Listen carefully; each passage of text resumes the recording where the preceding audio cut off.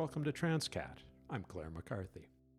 I first met Tony Ferraiolo 7 or 8 years ago. He was speaking to the GSA at Coggins High School in Durham, Connecticut, where I was teaching at the time.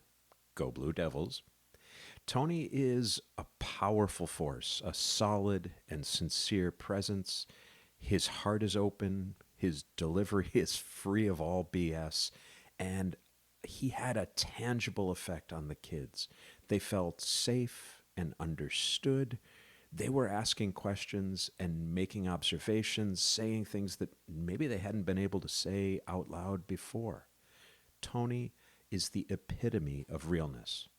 Now, in addition to being an inspirational speaker, a trainer, and an advocate for trans youth, Tony also works with healthcare professionals to ensure that they have the information and the context they need to provide quality, compassionate care to trans kids.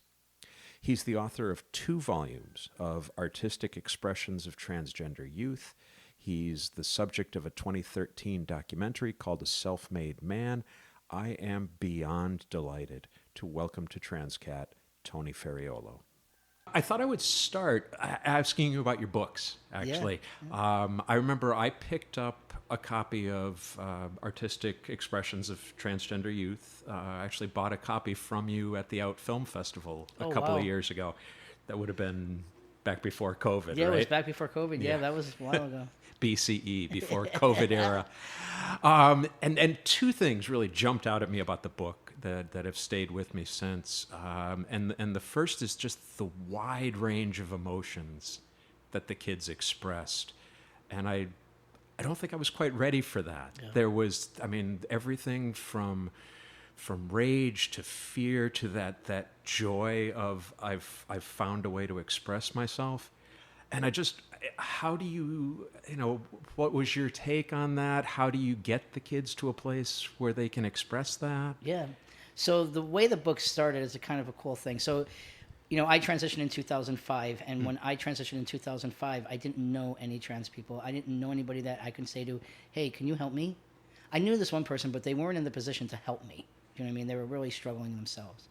So after my top surgery, which I considered the start of my transition, because listen, prior to that, I identified as a lesbian. I was a really butch lesbian. When I told everybody I was trans, not one person said, "Oh my God, you're kidding." Everybody was like, "Oh yeah, okay, that makes sense." Yeah, we're with you. I was hoping one person would be like, pass out or something. No one. But anyway, so it wasn't a big surprise. The way I dealt with life prior to my top surgery was every night I sat on my couch and I wondered if I wanted to live the next day. Yeah. And then after my top surgery, I can't wait until tomorrow. And I wanted every person to feel that way. And I remember saying to myself, wow, because, I didn't have that big of a hope for life, and I was hopeless. And once I was able to look at myself for the person I knew I was, I got a new lease on life. And I started thinking about kids. I was like, there has to be trans kids. There has to be trans kids in Connecticut. There has to be. So I hooked up with True Colors, that used to be an organization here in Connecticut, is no longer. And I signed up for their mentoring program. And I mentored a couple of kids. And then I said, there's got to be more than these 2 kids. Right. So I started support groups in New Haven, 2008. In 2010, like 2008, 2009, 2010, people started hearing about a really cool trans guy in New Haven. Yeah. And kind of cute and really funny. But anyway, maybe I just threw that in. The hat, the tats. The tats and everything like that. Sure. And he's working with trans kids really young. Yeah. That time it was 13 to 18. That was the support group. So I started getting calls from the state of Connecticut, emails saying, listen, I got a 6-year-old, I got a 5-year-old. And nobody was working with these children. I'm an artist, as you can see from my space. And the way I got away from self-harm is I started creating years ago. I started painting. So I thought to myself, the concept of the art group Create Yourself is create, don't cut. That's what happened in my head. I said, I want to create a space where these children can come in, be themselves, and express themselves through art, and only talk about gender if somebody brings it up. And thank you, Planned Parenthood in New Haven, because that was the place who gave me the space the first time I was doing the group. So I didn't know where to do it. And they were like, we'll do it. Gretchen Raffa just always steps up for me. And she was like, yeah, Tone, use a conference room here. So it was on a Tuesday night. And I would sit in this conference room, which was glass enclosed, with maybe 4 or 5 little trans kids. And their employees would walk by and be like, what's this guy doing here playing with Play-Doh? Because that was their favorite. We used to play with Play-Doh. They used to say, let's do Italian restaurants. So I'd be making pizzas for them. It was awesome. It was awesome. But one day I was prepping the group to do holiday cards. So I had, construction paper and, a bunch of stuff on the table. And this one young trans, at that time, was identifying as non-binary, but now has since said I'm trans. And now they're, oh my goodness, I think they're a freshman in college now. Oh. But there were 6 at the time. And they came in, they used to come into group, go into the bathroom, change into their girl clothes, come into group, after group, big sigh, go change into their boy clothes, right? So she came in, and she was usually very happy, but she was not happy. And I said to her, what's going on? She says, I'm sad. And anytime, no matter how old a child is or adult is, if I'm in a group and somebody expresses an emotion, I always say, how many of us has been sad? And that's what I said. I raised my hand. All of the kids raised their hand. So I just, for some reason, said, okay, everybody, let's draw what sad feels like. Mm-hmm. And on the back of the paper, write down what your picture means, because I want it coming from your words. So Hannah, she draws 3 different color circles with like a tornado coming out of it. And she says, it sucks the life out of me when I can't be who I know I am. 6 years old. Wow. 6 years old. There was one kid that was so young they couldn't write, so I wrote it for him. That they told me what it was, right? So super cute. And I realized at that second, it was like, this is good stuff. Yeah. This is a good way to help parents, educators, mental health providers to understand. You'll never understand what it physically feels like to be a trans or non-binary person if you're not, but you can certainly kind of have compassion through those drawings and say, wow, they're really suffering. Well, it's hard to turn away from those pictures. Yeah. There's an intensity, there's a rawness to them. You can see that there's nothing put on about it. It's not like someone sat down and thought, how can I express this emotion? It just is, here's the soul on the page. And listen, even adults sometimes, I use art a lot when I'm going through something, because sometimes we can't find the verbiage to say this is how I feel, especially young kids. The best moment I feel, I was just talking about this the other day with somebody with that art group, was the first time I knew that 2 young trans girls, 6 years old, both of them were 6, were expressing how they felt about each other's clothes. Okay, it went something like this. Oh my God, I love your barrettes. I love your barrettes too. I have the same one, but it's in pink. Oh my God, your skirt. And I'm sitting there crying. Sitting there crying because I knew it. The excitement in their voices for just being able to be and connect with somebody that's not going to say, you're not a girl. You know what I mean? Yeah. So that was amazing. So what I did with the art is I brought it into the teen group too. So volume 3 is actually in the works, and the 2 questions, great. You know how each book has 2 questions, right? So the 2 questions in volume 3 is, what does it feel like to be misgendered? And the submissions that I've got now, I use these drawings when I'm training schools, hospitals, corporations. I use them all the time. Sure. Yeah. Because people like the one about body dysphoria with Edgar in the cage. Mm. Listen, suffering is invisible. Suffering is invisible. I would never have guessed that Edgar would have drawn something like that, right? So the books are really they're doing really well. You can still get them on Amazon, and then I'm working with Publisher Purpose publishing company. Jen Grace is the owner. They asked me to write my memoir, so I'm actually in the process of doing that, and I'm hoping it's going to come out next year. Well, now, speaking of a memoir, there's a documentary. There is a documentary. Is that still available anywhere? Yeah, it's on, I know it's on Canopy, which you can use your library card. Oh, okay. And I believe it's on that, it's not Venmo, Video or something. Vimeo, I think. Vimeo. Yep. It's on Vimeo. It's only $4.99. I guess I come cheap now. It's a bargain. Yeah, but the documentary is still getting attention. Next June, it's the 10-year anniversary of the documentary. 10 years. Wow. Okay, so before I was a dude, I was a lesbian. I was a club promoter, so I have promotions and stuff like that in my like blood. So I'm going to be doing a benefit screening I already booked it June 10th, 2023. I'm a procrastinator too, so I get to do everything in advance. It's going to be at North Branford High School's auditorium. Oh, fantastic. That's where I went to high school. Even though it wasn't a great experience for me, I want to go. We did a screening there once for their GSA. Super important, right, to support GSAs. Sure. So that's exciting. And then the TV show that I did for A&E, transitioning, it was streaming on Discovery Plus during the month of June for Pride, and now it's streaming on Hulu again. Oh. And typically Hulu will pick it up for a year. So Good. I can put links to all of this Yeah, stuff in the show notes so folks can track you that'd down be later. great.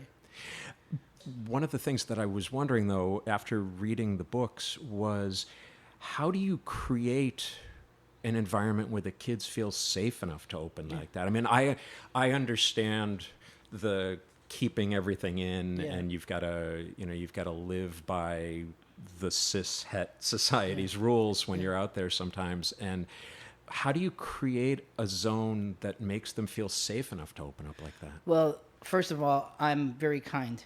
I don't hold them to my agenda. And no matter if they're 5 or 95, if a human is suffering, they know what they need to not suffer.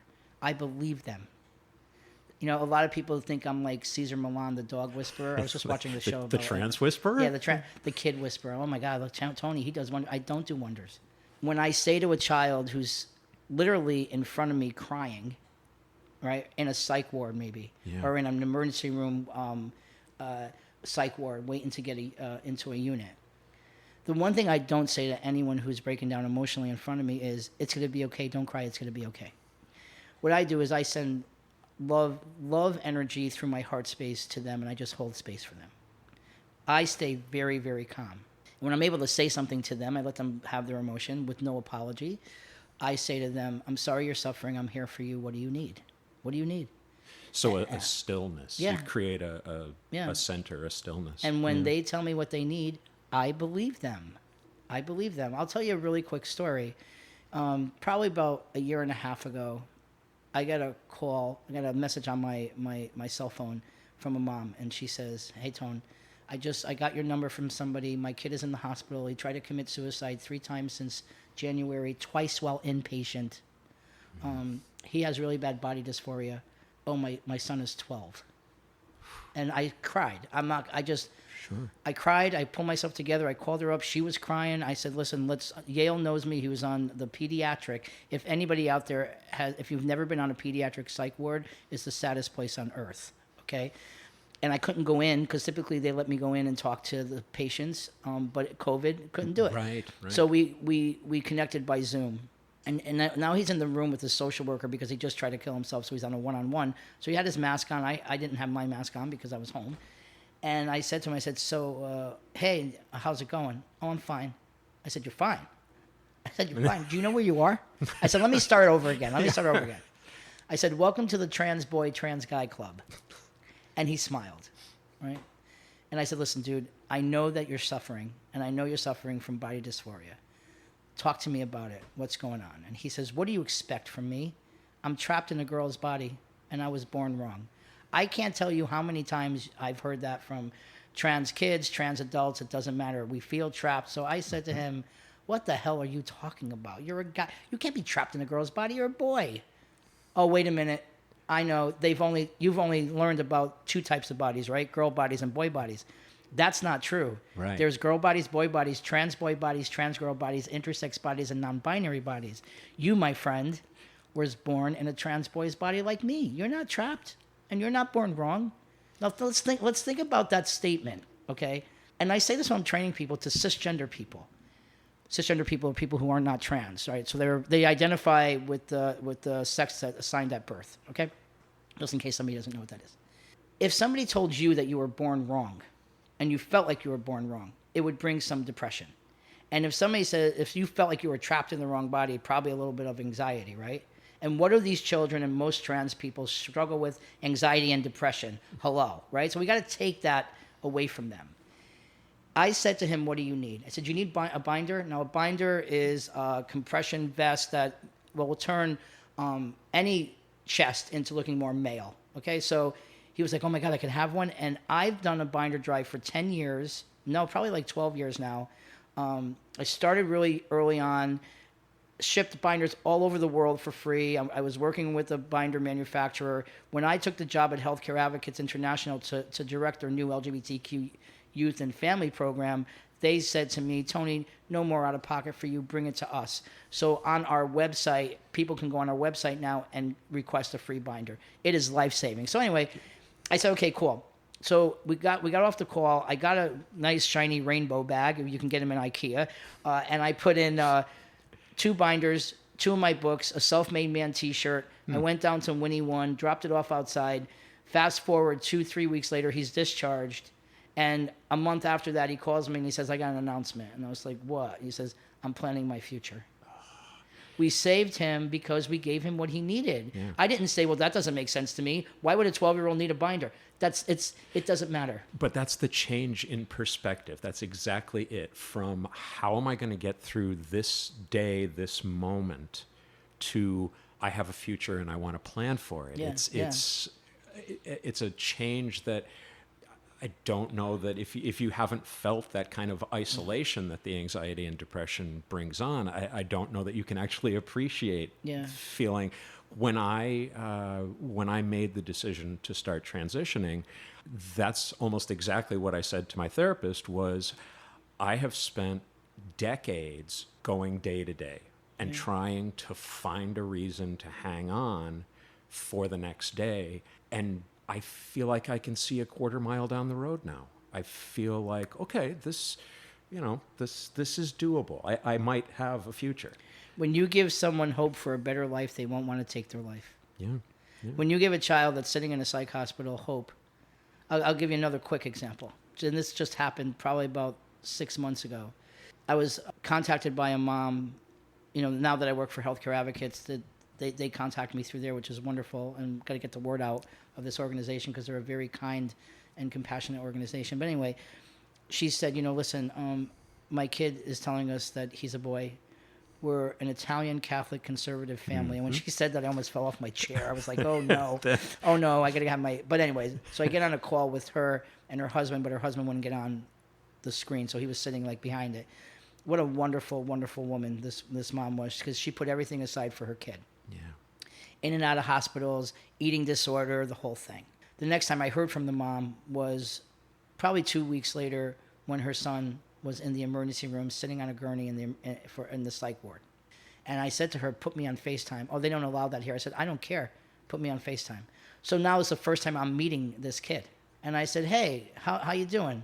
Again, I'm okay. I said, you're okay? Do you know where you are? And I started laughing. He started like smirking just a little bit. Okay. And I said, so he starts talking to me. And so for all of you who don't know what Shark Week is for trans men, Shark Week is when you get your period. So a lot of trans people will call it Shark Week. I was just speaking at Enfield Congregational Church, and I said, does anybody know what Shark Week is? Everybody's like, well, yeah, we do. I was like, not that Shark Week, not that Shark Week. So I noticed that. So after I talked to him, I said to him, we can stop that. We can stop that with medication. We can send you to a place, Healthcare Advocates. We see patients 18 and over. So if they're younger, I typically send them to either Middlesex Hospital Gender Program or Anchor Health.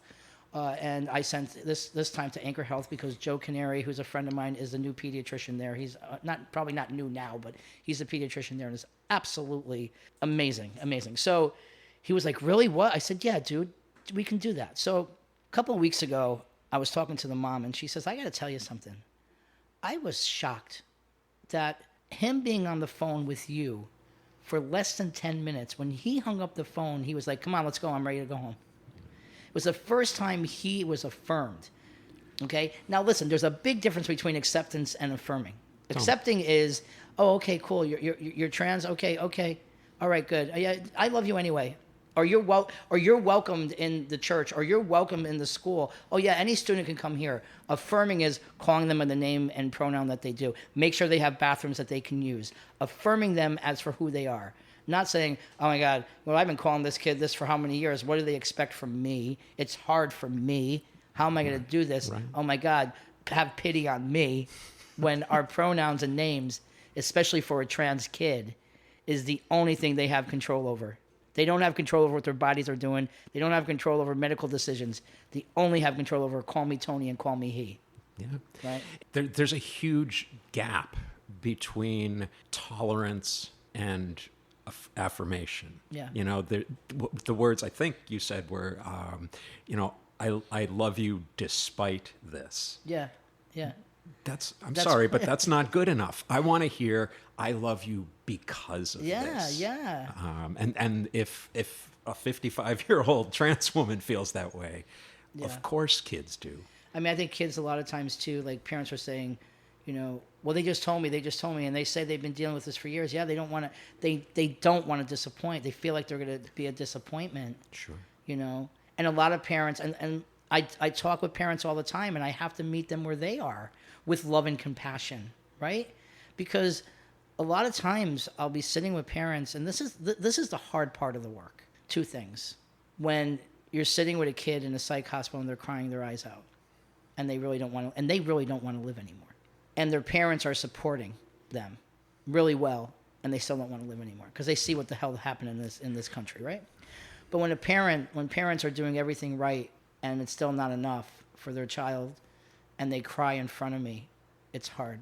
Sure. And when they say, "But we have to grieve. We're grieving the loss," and a lot of times they'll say that because their child, say, was born male and now the child is transitioning to female. They think they have to mourn that child. And what I say to them with love and kindness is my definition that I know of grief is when your love has nowhere left to go. When the object of your love is gone.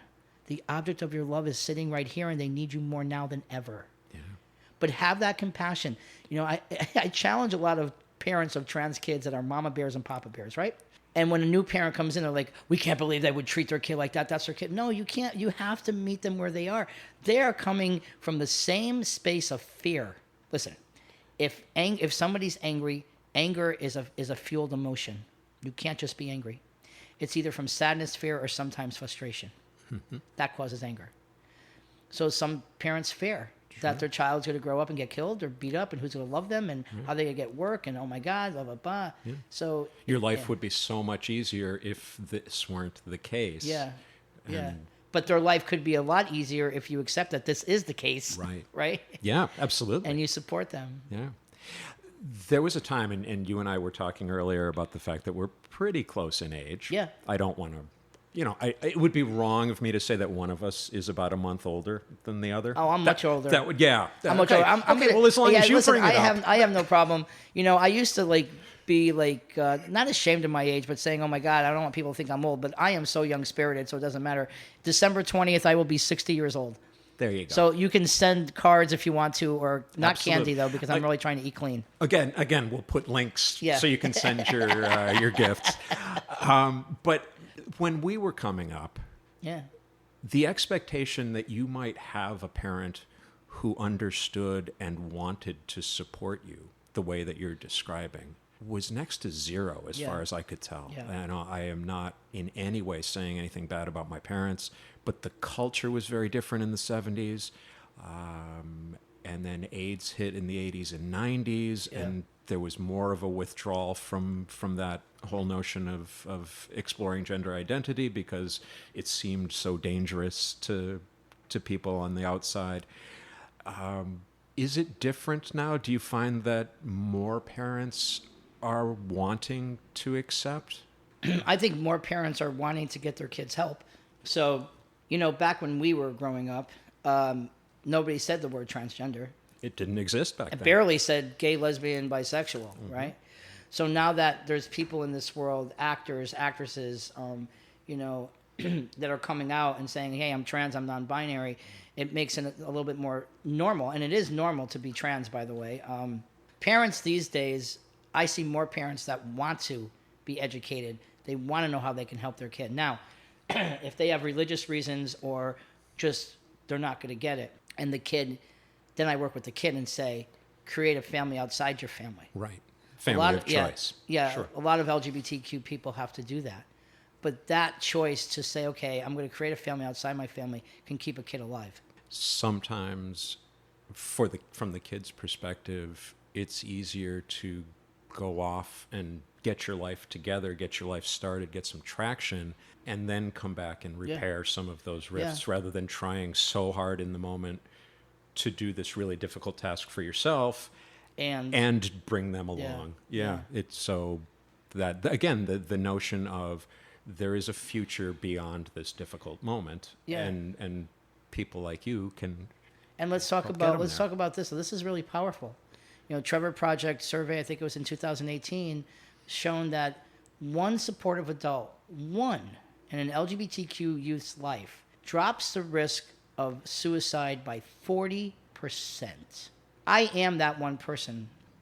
And I remember early on in the work, parents would come up to me sobbing, saying, "Thanks for saving my kid's life." And I'd be like, "Oh, no, it's okay." And I felt it was very uncomfortable for me to hear that. Well, that's a big weight. It's a big thing, right?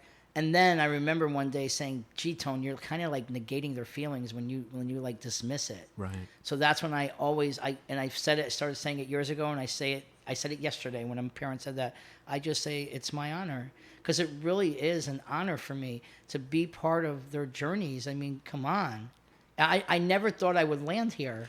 I never thought I'd be alive at this age. Never mind living in a beautiful home by the beach, and having a job that pays me well and takes care of me, and being the person that people say, "Hey, can we talk?" Yeah. Like, I'm very honored that you asked me to be on this show. Oh, it's a delight to have you, and you are that within the community here in Connecticut. That you are that point person. Yeah. That you've referenced it a couple of times now. That parents will get a hold of your number and reach out to you when they feel like they're in crisis and their kids are in need. And I know a lot of people. I'm well connected. I try to, but here's a little tip for everybody. If there's parents that are listening, or people who are in the community that are maybe new to the community, if you're wondering where you can find a doctor or a therapist, call your local Pride Center. No matter where you are in this country, call your local Pride Center. Pride Centers usually have case managers. Pride Centers usually have resources for you in that area. So that would be great. I mean, I get like people from Texas, Alabama, Seattle, people all over the country say, "Do you know where I can get a therapist?" Well, I'm in Connecticut, but if you ask your local, do you have a local Pride Center? Yes. When this TV show came out and it started streaming on Hulu right when COVID started, it blew up. I mean, people were calling from all over the country, and I was very humbled by this one trans guy from Tennessee who lived in a very, very rural, remote area. Had no idea that binders existed, had no idea that he can actually go on testosterone, had no idea. So I started him off on his journey, and I coached him. And this stuff I don't charge for anymore, because healthcare advocates said to me, if somebody needs coaching, do it on our time. Really amazing organization. So I coached this guy for like 2 months, and now he's getting his top surgery. And he's like super excited. I see him on Facebook. He's smiling now. He's all like, "Hey, check it out! I got a whisker," Yeah, and I've just retired as a teacher, and it's amazing how empowering something as simple to us as getting access to a binder is. Life-saving. It's so empowering for trans men. Yeah. And it's you can just see the change in approach. When a trans child, no matter who they are, gets what they need, or a trans adult gets what they need, it's life-saving. There was a kid years ago who was so suicidal. The mom, they took the door off of his bedroom, and the mom was sleeping on his floor for months. And I was coaching him. The only thing he needed was testosterone. But back then, at 15 years old, they're like, we can't do it. So I finally called the doctor that I know from Connecticut, and I said, "Listen, I don't care if you give this kid a micro dose. Right. Put a drop in a syringe. He will not make it to his 16th birthday. He will not. He is determined to end his life." She agreed. He starts T on a Friday night. Comes into group that Saturday morning. Next day. Walks in and says to me, "Hey, Tony, I started T last night." I was like, "Oh my God." Voices dropped. I was like, "Oh my God, dude, your voice." "Yeah, I know, right? Can you believe it?" And I was like, wow. Now I know. Now this is what. Now listen, I know it takes at least 2 months to start the process of your vocal cord stretching, but I would never say to him, dude, come on. And some people would. Some people would say, oh, come on. It doesn't happen that fast. It doesn't happen that fast. No, I went along with it. What is the harm of going along? That's what he needed. So where is he now? He's a social worker. There you go. Okay? You build the confidence, and yeah, the rest takes care of itself. Yeah. The things we've been talking about, the mentoring, the advising, the coaching, how do I say this? Opposition to trans people takes that and twists it into we're somehow trying to convert kids. Yeah, I get death threats. I have gotten death threats, been called a pedophile, been said I should be burnt with the Jews. And to me, it makes me want to do the work even more. Yeah. Sometimes if I'm approached by somebody who says that, I'm like, well, you know, when I was a lesbian, I used to get a toaster oven. When I converted somebody, now I get a microwave. So, of course I'm doing it. Of course, I'm selling them. I'm making a boatload of money. The reality of it is, it's just like, these states that have changed, like are saying that if a provider or a parent supports a trans or non-binary kid under the age of 18, it's illegal. Mm-hmm. I can tell you that I know for a fact, first of all, there wasn't any trans people sitting on that committee. But I can tell you, too, that there was not one person on that committee that ever sat in a psych ward with a kid that was ready to die because they couldn't handle themselves anymore. We have to do better. We have to do better when we vote. If you never voted in your life, vote today. We're safe here in Connecticut. Oh, great. But are we always going to be safe in Connecticut? That's another question. Well, this summer we've learned that some rights can be taken away if we're not defending them well enough. Yeah. So it's something that we have to think about as, I mean, I know I'm going to be 60, but here's the deal, everyone. I don't want to be called an elder of the community. I think the word elder, and call me an elder when I'm 80. I think the word elder should be 80 and over. All right. Don't you? I think we'll make that a recurring question on the podcast. We'll see if we can let agree. me know. Take a vote. So far, there's 2 votes. I think I got a message and somebody said elder statesman of the community. I was like, whoa, What does that mean? I don't know. So if you wear a uniform or something? It's like that honorary Oscar that they give at the very, very end of your career. Yeah. There you go. Congratulations. Yeah, the Pioneer Award. Yeah. I always said, I was talking to Drew. I said, when you get the Pioneer Award, you know that you're like almost like gone. I don't want one. All of your best work is behind you. And that's clearly not the case with you. No. You mentioned that you work as well, I don't know if training's the right word, but advising healthcare professionals on how to provide an experience for trans youth that meets their needs. What's the most surprising thing you've run across that they didn't know or that came as a surprise to them? I opened up this consulting business probably 12 years ago. And 12 years ago, when I started and I would be training, I would say I would not come out as trans. And I would say like halfway through the training, hey, I want to take a poll. How many people in the audience know somebody who's gay, lesbian, or bisexual? Everybody would raise their hand. How many people know somebody who's trans? Crickets, right? And I'd be like, congratulations, you all know somebody now because I'm trans. People would be like, what? This was powerful about that. And this is about 12 years ago, you said? Yeah, it had to be about 12, 13 years ago, because now people Google me and they know. So that I can't do that anymore. But I would say to the audience, so what's changed for you? Am I still this really funny, cute, tattooed Italian guy that's teaching you and you're learning and we're laughing together? Or has something changed in your mind about me because now you know I'm trans? So it was really powerful. So things are changing because, again, health providers and behavioral health providers, they're humans and they hear trans a lot. I use a genderbread person a lot to train with. It's an image that really helps people distinguish the separation between gender identity, gender expression, anatomical sex, romantic attraction, and sexual attraction, right? Because there's a profound difference from sex assigned at birth than there is with gender identity. And the way I explain it, and it's explained in that book over there, because I'm going to be reading that into Cromwell Library. Oh my God, I forgot the date, but it's in August sometimes. It's Good to Be Yourself or something, I think it's called. It feels good to be yourself. Feels good to be yourself. This is written by Teresa Thorne and illustrated by Noah Gringney, perhaps? Yeah. So they explain it almost the same way.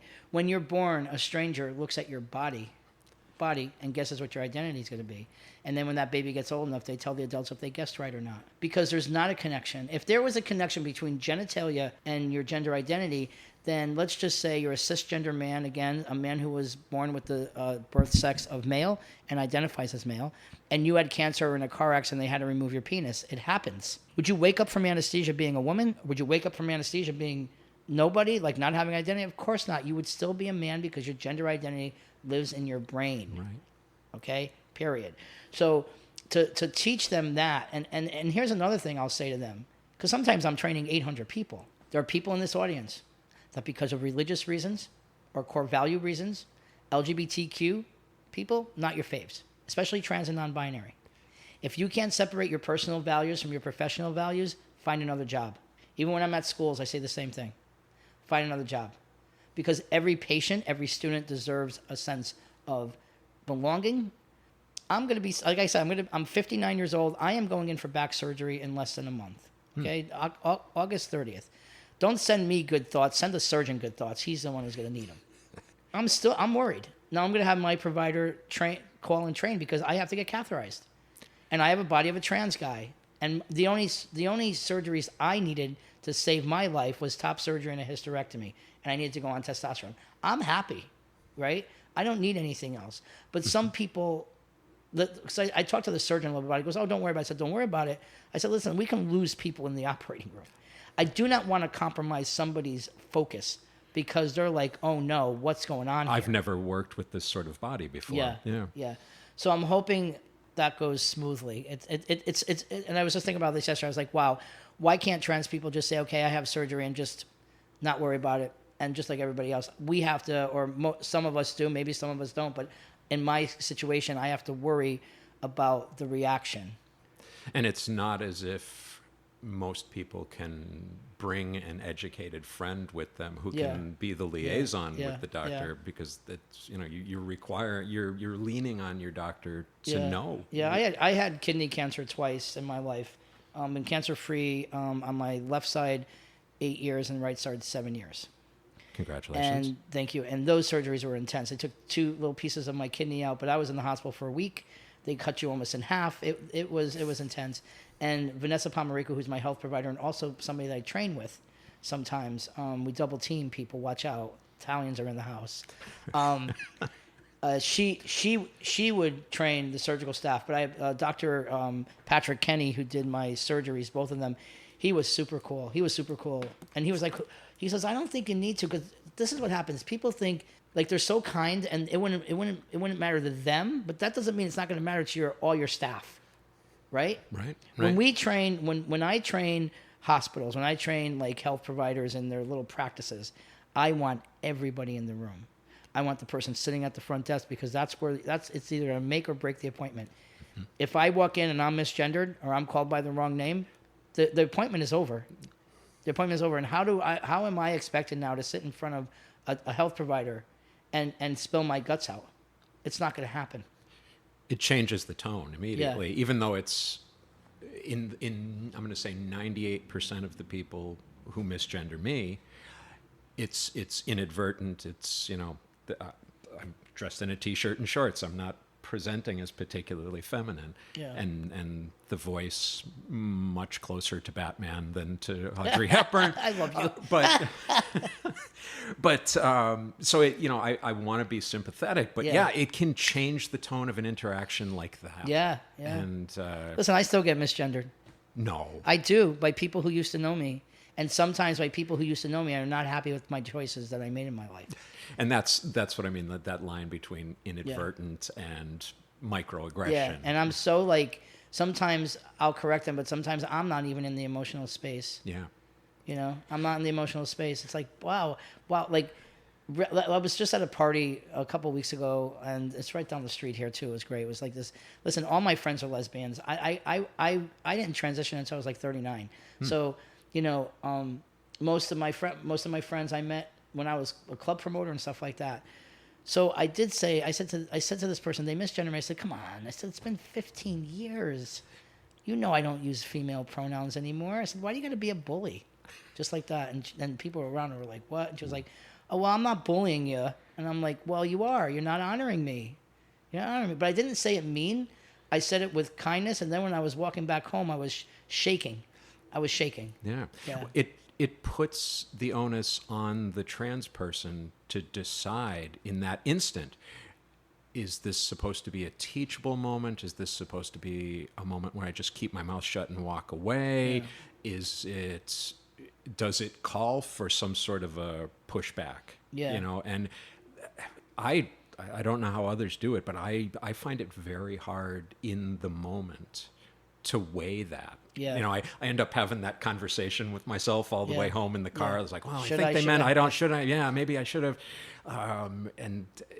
But in that instant, I end up weighing it in terms of, well, is there a benefit to me Yeah. in saying something? And if not, then just take your change and go back to your car. Yeah. But if this is someone that you're going to see regularly and you want to make an investment in, then maybe find a polite way to say it. But it makes you wish that the burden wasn't on you to make that decision. Yeah, so let's talk about that one thing too. If you do misgender somebody or use the wrong name and they correct you, don't apologize. Don't apologize, because this is what happens. Oh my God, I'm sorry. Now you're putting the trans person in the position to make you feel better about what you just did. The correct way to do it is to say, thank you for correcting me, Claire. Thank you for correcting me, Claire. Smile, move on. Now Claire feels seen, heard, and empowered, right? If you misgender or call somebody by the wrong name and they don't correct you, because again, a lot of times there's shame around it or just not in the emotional space to do it, say, excuse me, correct yourself, and move on. So just say, I had a friend named Mary. Her name used to be Jack. I always use Jack because Jack used to be my cat. And I said, good morning, Jack. Excuse me, Mary, and move on. Do not apologize. And a lot of people say, well, that's my nature. I always apologize. You are not doing the trans person or non-binary person justice if you start like, I mean, some people apologize to the point they're almost bowing in front of me. It's very embarrassing. It is. And it makes that interaction about them. Yeah. And it's not about them. And for those of you who struggle with pronouns, I want you to think about this. There's a big difference in energy between need and want. When we say, oh my God, I need to do this. How am I going to do this? How do they expect me to do this? It's all about me. You're going to have a hard time. But if you say to yourself, this is something, I want to do this. I want to honor my friend Claire. I want to honor my friend Tony. I'm going to do this. And don't be afraid to ask. Every time I sit down with somebody new, if I'm meeting somebody for dinner or lunch and they want to pick my brain, the first thing I say is, what name and pronouns do you use? And they'll tell me, and I'll say, great, I use Tony and male pronouns. It comes off of my lips like it's nothing, right? But once you start asking that question, you will know. Now, when they tell you, you have to use them. Show the respect. Yeah. That, again, I've seen in the eyes of some of my students when they get that right. You know, when somebody genders them properly. Yeah. And it just makes their day. Listen, it still makes my day 15 years later. Yeah. I mean, honestly. If somebody says, excuse me, sir. Though, you know what? I'm not getting sir a lot. You know what I get?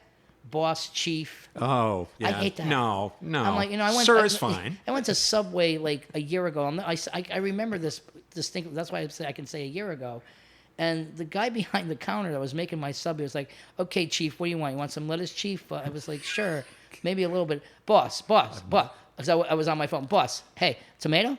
No tomato. Chief, you want... I'm like, Jesus Christ, what the hell is going on here? Crying out loud, yeah. Just because I have a shaved head. I have a shaved head, a goatee, and I'm heavily tatted. Everybody thinks I'm a biker. Oh yeah. There you go. Hey, what kind of bike do you have? I said bike. I don't even have a bicycle. I'm not a biker. The question is though, do you get broed? I do get broed. Okay. I do get broed. That's for me. That's the threshold. I think. Yo, if you're bro. getting broed, that's yeah. Well, I mean, I'm honored. Sometimes, but sometimes I'm like, wow. Like, this is weird. Bro chief. But it brings up a question about passing. Yeah, I hate that term. Again, this is radio, so I'll describe the scene this way. There are two trans people in this room, one of whom passes and one of whom doesn't. How much of a role does that play for the kids? Because from my experience, I, for quite a while, did not seriously take the idea of transitioning to heart as an option because you know what I mean? It's not as if I put on the dress and I suddenly look like Penelope Cruz. Right. So, you know, I'm going to look ridiculous. I'm not going to pass. Right. And that weighed on me. I wonder if with the emergence of awareness of all these different gender identities and sexualities, I wonder if that's less of a concern for kids. Well, you know, this is why we need to listen to kids when they say, "This is what I need," right? Yeah. So if we know that a child will need hormone blockers to block the puberty, that helps a lot with a lot of different things, right? So, you know, if your puberty is blocked at a younger age, it can save a kid. Now, a lot of people are like, how can they do that to this kid? Let me just clarify something about puberty blockers. Puberty blockers have been used since the 1980s on cisgender children who are going through early puberty. And it's not just trans and non-binary kids that need this. So years and years, and they're still using it on cisgender kids. If little Tony says, I'm a boy, and we start him on blockers, and then 3 years later, little Tony says, I made a mistake, which I'm going to say this out loud. I have never. One kid, and I don't like the term detransitioned either. Can we just call it a shift in gender journey? That's what I like to say. This kid did it because he wasn't being accepted. And then when he went to college, he started his transition again.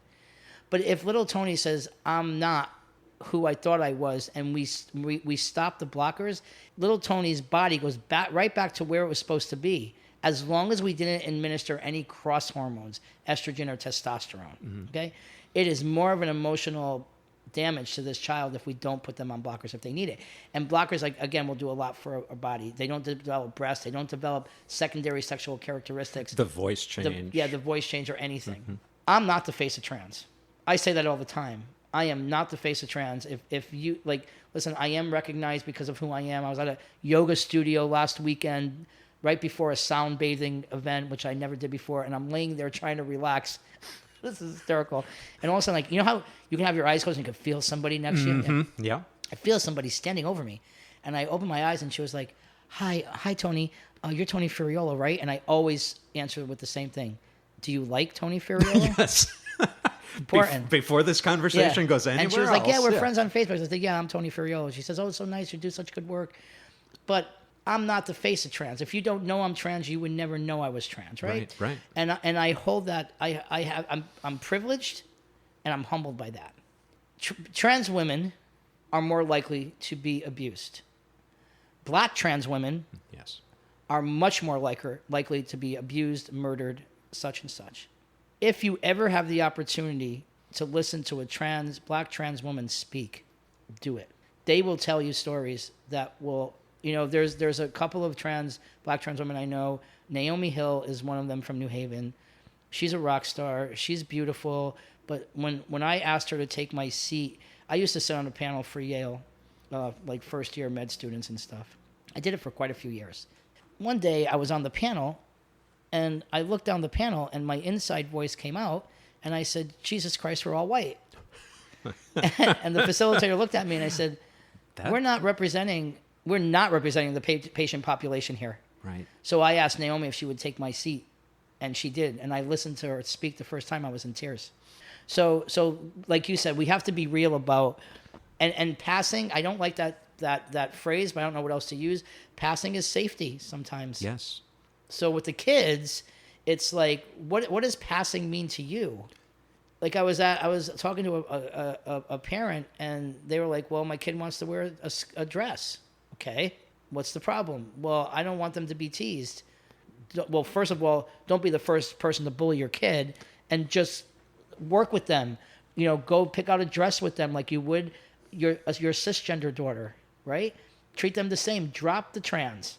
Yeah, this is my daughter. This is my daughter. You know, it's all about what their perception of passing is, and certainly puberty blockers helps in that. Tell me about the foundation. Oh, Jim Collins Foundation. Yeah, which I was not aware of. Oh, you weren't aware of it? Oh, good. I'm glad you're aware. Educate me. Yeah, sure. So after my top surgery, we were saying how I looked in the mirror and I was like, wow, man. Like, first I was like, wow, you're cute. No, I'm kidding. Yes. On the way home from that appointment, from that, like the unveiling of my new chest, I was in the car with, at that time, my girlfriend, Kristen. And I was thinking to myself, wow, like, everybody should feel that sense of wholeness. And my first thought, because remember I didn't know any trans people, and I certainly didn't know any trans women. So my first thought was, I want to start a foundation that funds top surgeries for trans guys. So I started looking into it, and I was like, oh my God, this is a lot for me to do. Like, I just was starting my own medical transition, and I was like, oh my God, but I was still, every day it would come into my mind 3 or 4 times a day, foundation. Then I won a scholarship to Vantasia Fair in P-Town. In P-Town, yeah. A whole week. It was great. It's in the fall, yeah? Yeah, it's in the fall. It's right after Women's Week. So this is what happened to me physically. It was unbelievable. I'm coming into town, and my old community is leaving. And I'm like, oh my God. Yes. I'd never been away by myself before. This was a big trip for me, and I struggled a lot before with anxiety, still a little bit now. I sat, that big parking lot in P-Town by the piers? Right. I sat in there for 3 hours. I couldn't get out of my car. Wow. Yeah. I walk into the registration, and I never was around trans women. Everybody was so nice to me. I really got a lot out of that week, right? They had this, and I still do. They had a Cinderella Award. So a Cinderella Award, because they had a big awards banquet at the end of the week.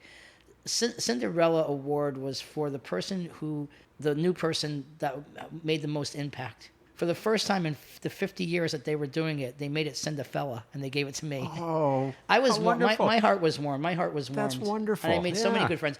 When I left there, I said, bullshit, this foundation is going to be for all trans people.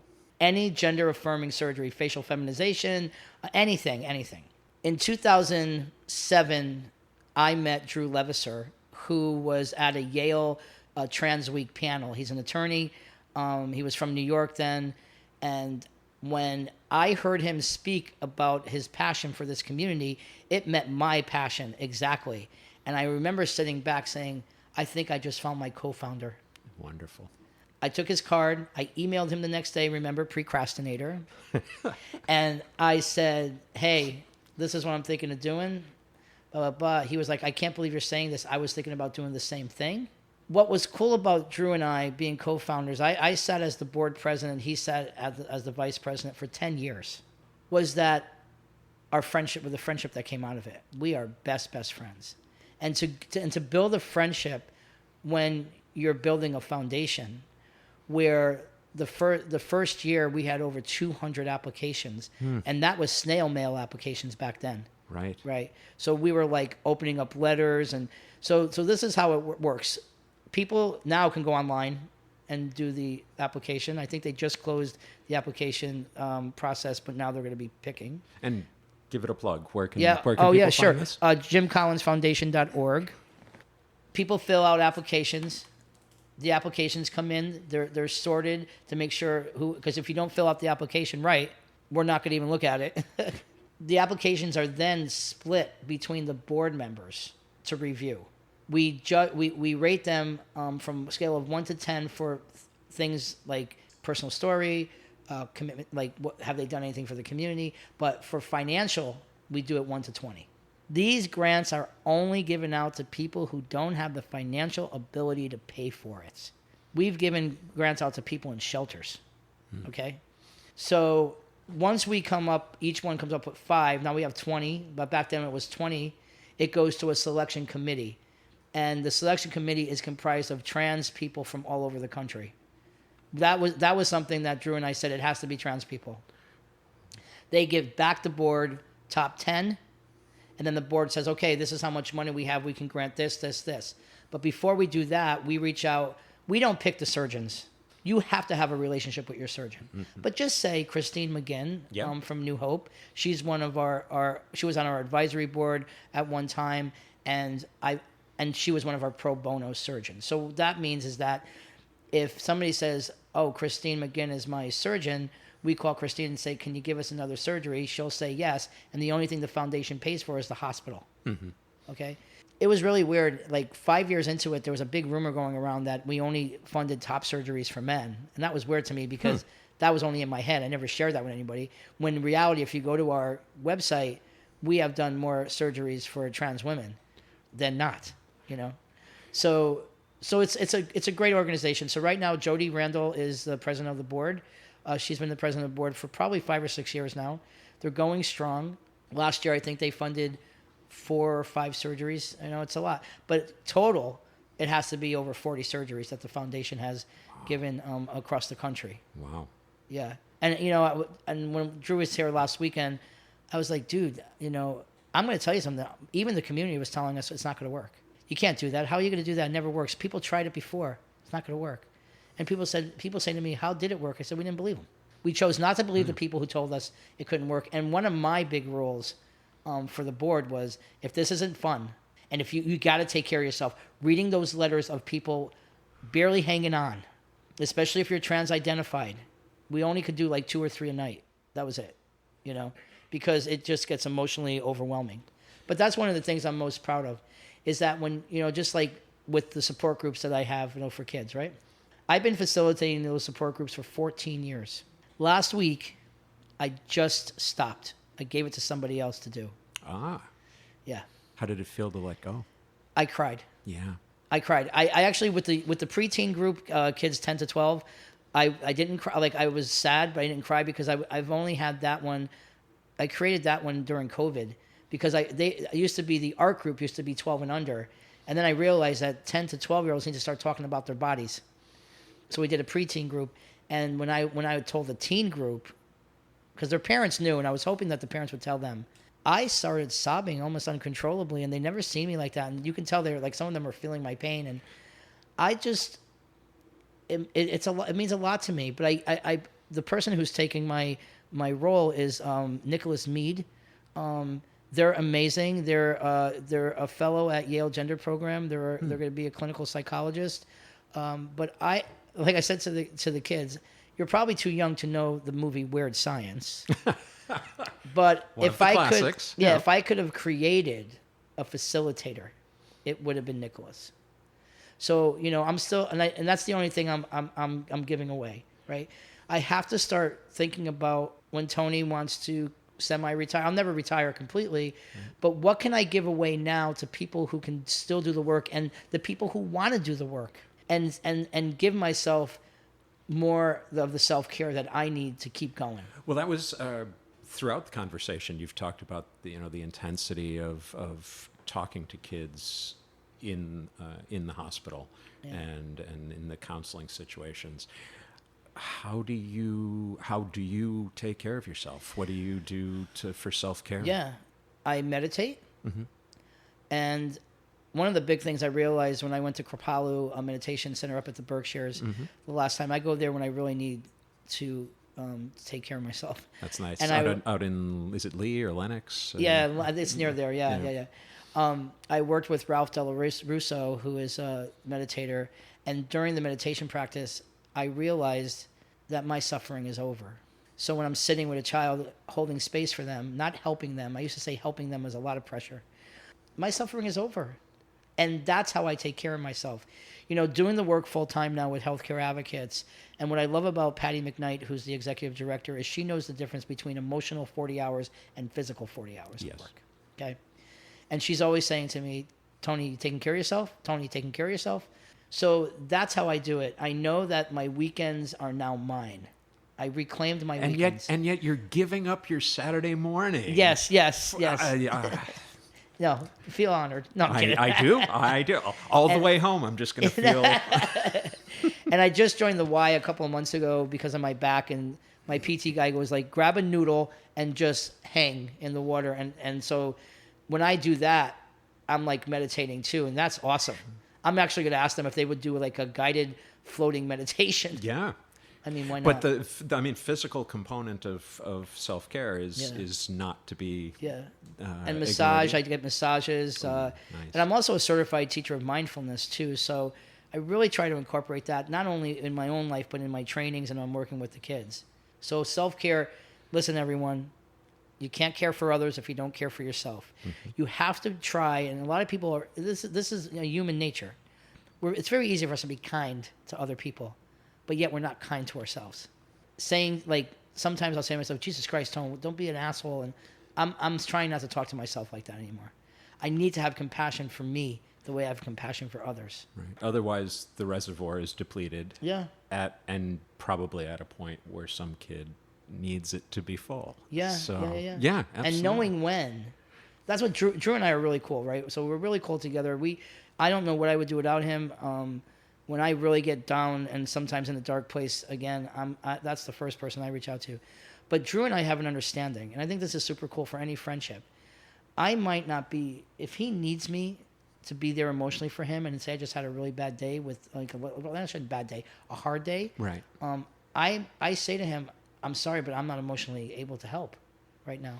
And just be upfront with it. Yeah, and setting boundaries. And let's talk about boundaries. Every time some people think I say boundaries, you all of a sudden see walls up around your body. That's not what a boundary is. Boundary, as Brene Brown says, and if you don't know who Brene Brown is, look her up. It's what's okay and what's not okay. That's it. Simple and easy. But how do we say it to people? There's a gentle and kind way of saying anything to anyone. Sometimes you have to use the power of the pause. You might not be able to say it at that moment, and I do that a lot. I wait until I come up with kind words to tell somebody, I think you need more from me than I can actually give you, or something like that. Like I ended a relationship. Well, we ended a relationship. My last girlfriend was a single mom of 3. I thought that was it. She was the one.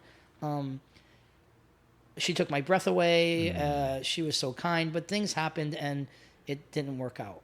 Right? See how I'm not getting hooked up in the noise? Because that's the truth. I don't care about what relationship we were in, everyone. Just do this, right? Just say 2 people met, it didn't work out. That's what happened. Everything else is just bullshit. Drama. It's just drama. Yeah. Everything else. But anyway. But it doesn't feel that way when you're in it. It doesn't feel that way when you're in it. She had the tendency of negating my stress and always saying, you think that's bad? I'm a single mom of 3. And I had kind conversations with her during the relationship saying, I know that your life is hard, but sometimes so is mine, and you're kind of negating my feelings. And she was like, oh my God, I'm sorry I'm doing that. So after we broke up, she wanted to be friends because of the kids, and I felt I needed space to be able to hold space for her, but she didn't, and I gave into that. So anyway, I come back from a conference in March in 2020. I thought they were going to cancel it. It was just when everybody was canceling stuff, right? Everybody was canceling stuff. The magic month and year, March 2020. And I'm up in New Hampshire at a conference with thousands of every special education teacher in the state of New Hampshire. I was one of the keynotes. So I had 2 sessions, 2 days in a hotel. And I'm a germaphobe. Oh. So I bring Clorox, and I just Clorox my room and Lysol my room. And I'm wearing a mask, and people aren't. And I'm like, I don't care. That's what I'm doing. I told the bartender, take the nuts off. I said, why do you have nuts out? He was like, what? I said, people are putting their hands in these bowls, putting it up to their mouths, and then putting their hands back in there. I don't think it's the right time of year to do this. Even, screw COVID. I mean, let's talk about the flu season, right? But anyway, when I was up there, Michelle contacted me, and she said, hey, Connecticut doesn't have any toilet paper left. And I said, what? She says, yeah, they're out of toilet paper. I thought that was a kind of a funny thing to start my keynote with the next day. So I said, hey, before we start, just anybody, I know you don't live in Connecticut, but I just got word for Connecticut, no toilet paper. None. So somebody screams, New Hampshire, we don't have any toilet paper either. So I panic. I'm like, do I have toilet paper at home? Like, do you know? I mean, I want to ask you right now, Claire, how many rolls of toilet paper do you have in your house? Do you know? 15, 16 You at know the moment. that. Okay. Yeah. Anybody out there, I'm going to have her count the toilet paper when you get home. But anyway, I will. Ask me. I have no clue how much toilet paper. So I said, I'm going to go on a maid cart hunt tonight at midnight, and I'm going to get some toilet paper to bring home because, sorry, I'm not a thief, but it's toilet paper. That's what I did. So I get home, and I call my health. Now when I'm there, it's like things are shutting down. Now it's bad. In the 3 days that I was up there, I had to stop at a rest stop. I have like a Clorox wipe in my hand, opening up the doors. I'm like a freaking germaphobe wreck. I go to Stop and Shop. There's no food left. I'm like, oh my God. It was horrible. Whole aisles that were empty back then. I'm sitting here. I call my health provider. I said, what am I supposed to do? Because at that time, I worked as a manufacturing manager, and I worked as a manufacturing manager at Madison Company for 21 years. And that a lot of people don't know that. The work I was doing with the kids was either on a vacation day. I would take time off and train schools. Michelle calls, and I said, oh my God, Vanessa says I have to quarantine for 7 days. It's not 7 days, it's 5 days. She doesn't know what she's talking about. For some reason, and I said, You're not a health provider. You're not a health provider. And she kept going. I said, I'm getting off the phone before I fucking say something I'm going to regret. And I hung up. I probably shouldn't have said fucking because but I regret that. Well, but it was whatever. Listen, I'm getting to a point of power of the pause. She called me right back. I didn't answer. She texted me, said, how dare you talk to me like that? I didn't answer. 6 months later, she contacted me. I didn't answer. A year later, and throughout that time, she's trying to contact me. I kept saying, I don't want to open this chapter of my book anymore. I don't want to chapter of my book anymore. I didn't have words, and I was still angry, not about what she said, about the break. I was still hurting from the breakup of the relationship. What I figured out was Michelle, unfortunately, and it's not her fault, but shit happens to her every day. Something's wrong with the kids, something wrong with her ex-husband, something wrong with this, something like that. And I'm so empathic, and I love that family so much that I'm sitting here in a brand new house, depressed. And it wasn't because of my life, it was because of what was going on in her life. So what I realized, unfortunately, was the events that happened in her life were affecting my inner peace. And I have worked too hard to find my inner peace to give it to anyone. So fast forward 3 months ago, when I said I can talk to her now, I reached out and she wanted to talk to me, which is fine with me. I honor that. I'm not going to like, come on. I honor that. But I could have said a lot of mean things in those 2 years to her because I wasn't ready to say it kindly. And that's the longest pause that I've ever taken, and I'm glad I did. Allow your words to go through 3 gates. Is it true? Is it kind? Is it necessary? Is it true? Really true. Is it kind? Well, everybody knows what kind is. And when I say is it necessary, I'm not saying is it necessary for you to say it. Is it necessary for the other person to hear it? Exactly. Is it are you just saying stuff to get it off your chest or to push your agenda, or is it really going to move them on in life with a happier moment? So that's I learned that through my mindfulness studies, and I'm going to be honest with you, I speak a lot less than I used to. No, that makes perfect sense to me. And that there again, that combination of body and mindfulness. Yeah. Essential. And I think a lot of people are more aware of that because of the last couple of years with COVID. Yeah. I think that's part of what's behind, what are they calling it? The Great Leave, where people are deciding, no, this isn't the career I wanted, or this just isn't worth the stress. I think COVID really taught a lot of us that nobody else is going to look after your mental health. No. Everybody else, there are kind people out there. There are lovely people out there. Nobody is invested in your mental health. Yeah, so if you want to be able to keep functioning, you better be active and take care of that. Yeah, and mindfulness, to me, mindfulness is a very calm word, don't you think? Yes. So people get freaked out about it. Mindfulness, what does that mean? How can I be mindful? I got to no, this is what mindfulness, my definition, is when your mind and your body are at the same place at the same time. Mm-hmm. That's it. That's simple. It. That's where I am. Yeah. Stress lies in the future and stress lies in the past, right? But for right here, yeah. I'm good. For me, that's with my cats. Anything else we haven't talked about, we should talk about? No, I don't think so. I think we got covered a lot, don't you? I think it's been fantastic. I have one last question for you, and feel free to toss it back at me. Yeah. Oh, wow, I just noticed the one on your leg. I know that one. Yeah. What is the tat that makes you happiest? The tat that makes me happiest? Again, this is a brilliant question for me to ask on an radio format. Yeah, I'll explain it. It's a face of a clock, and the clock is 11:04. 11:04 was exactly the time my top surgery started. Oh, wonderful. That's the one that makes me the happy. I mean, there's a lot of them. There's this one. It looks like a little kid. A little kid drew it. He used to call me, one of Michelle's kids used to call me Mr. Tony for some reason. Very endearing. Every time I think about it, I cry. So that's his handwriting, Mr. Tony, and he drew me. So that makes me very happy because it's adorable. Yeah. Well, the clock is right there on your biceps, so you just turn and you can ground yourself there. Now it's 1:15. No, I'm kidding. Yeah, so all my tattoos mean something. Yeah. The kidney with the Band-Aid was drawn by my friend Carrie Kennedy.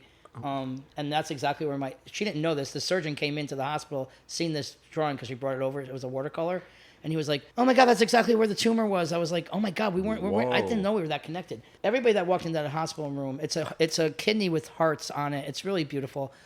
So when I went back to thank everybody, I made thank you cards with this. And then I gave the surgeon like an 8x10. It was like I gave him a freaking Mercedes. He was like, "Oh my God, really? For me?" And I was like, "Least I can do. You saved my life." It's going in the living room. How about you? You have tattoos? I do. I have on my back, I just had added a ball python. Ooh. I lived with a ball python for 18 years. His name was Pliskin. Yeah. And, it's very similar to what you were just describing. He taught me how to be still. He had this ability to be in complete control of his environment by being still. And That's something. over the years, I learned that from him. And I'm not sure why I put it on the back because I can't see it. But I was just gonna say that's one of the tips. People always, I don't know if they think I'm like a tattoo guru, but they're like, where should I put my tattoo? And I always say, if you want to look at it, don't put it on your back or on your. And also, what I would recommend to get a fake tattoo and put it where you want the tattoo and live with it and a while. live with it a while. Mm-hmm. And that happened by accident when an ex-girlfriend slapped. We were playing around with fake tattoos, and she slapped one on the bottom of my on the top of my foot. Oh, they are. And I was like, oh my God, I really like it there, and I got a tattoo there. Yeah. Well, thank you so much my honor. for your time. It was fun. really fun. It went by fast. Yeah, absolutely. Wow. And there it is, our debut episode of Transqat, the podcast. Hope you enjoyed it. You can find Tony at tonyferraiolo.com. That's TonyFerraiolo.com. I'll put links to the resources we mentioned in the show notes. I'm going to close with a Latin quote that's often misattributed to St. Augustine. In necessariis unitas, in dubiis libertas, in omnibus caritas. In critical matters, solidarity. In uncertain matters, freedom. In all things, kindness. This is Claire McCarthy. Talk with you soon. Transqat is a production of Transqat Enterprises, LLC, copyright 2022, all rights reserved. Join us on the web at transqat.com. That's TRANSQAT.com. There, you'll find links to Transqat, the blog, writing projects, speaking engagements. You can also meet the team who thought spelling cat with a Q might be a good idea. Follow Transqat on Instagram, Facebook, Twitter, and YouTube. If you have questions, comments, or suggestions for an upcoming episode, get in touch through the contact page at the website or by email at crmtranscat@gmail.com.